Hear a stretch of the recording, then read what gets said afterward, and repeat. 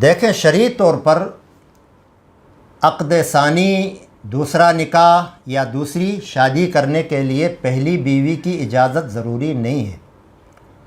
اگر باہم وہ رضامندی سے کرتے ہیں تو کوئی حرج بھی نہیں ہے، لیکن اگر ایسی سچویشن ہو کہ مرد کو شادی کی ضرورت ہے تو وہ بالکل دوسرا نکاح کر سکتا ہے، بلکہ تیسرا اور چوتھا بھی کر سکتا ہے۔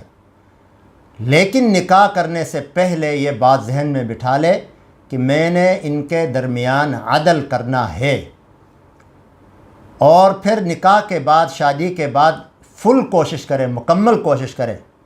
یہ نہ ہو کہ ایک کو تو سر پہ بٹھا لے اور دوسرے کے حقوق کا خیال ہی نہ ہو، پہلی بیوی ہو یا دوسری بیوی ہو، دونوں کے حقوق یکساں اس کے اوپر پورا کرنا ضروری ہیں۔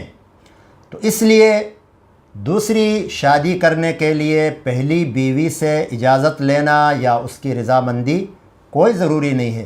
اس طرح تو کوئی بھی دوسری شادی کی اجازت نہیں دے گی۔ یہ الگ بات ہے کہ اگر آپ منوا لیں تو منوا سکتے ہیں، اس کی کو راضی کر کے آپ دوسری شادی کر سکتے ہیں۔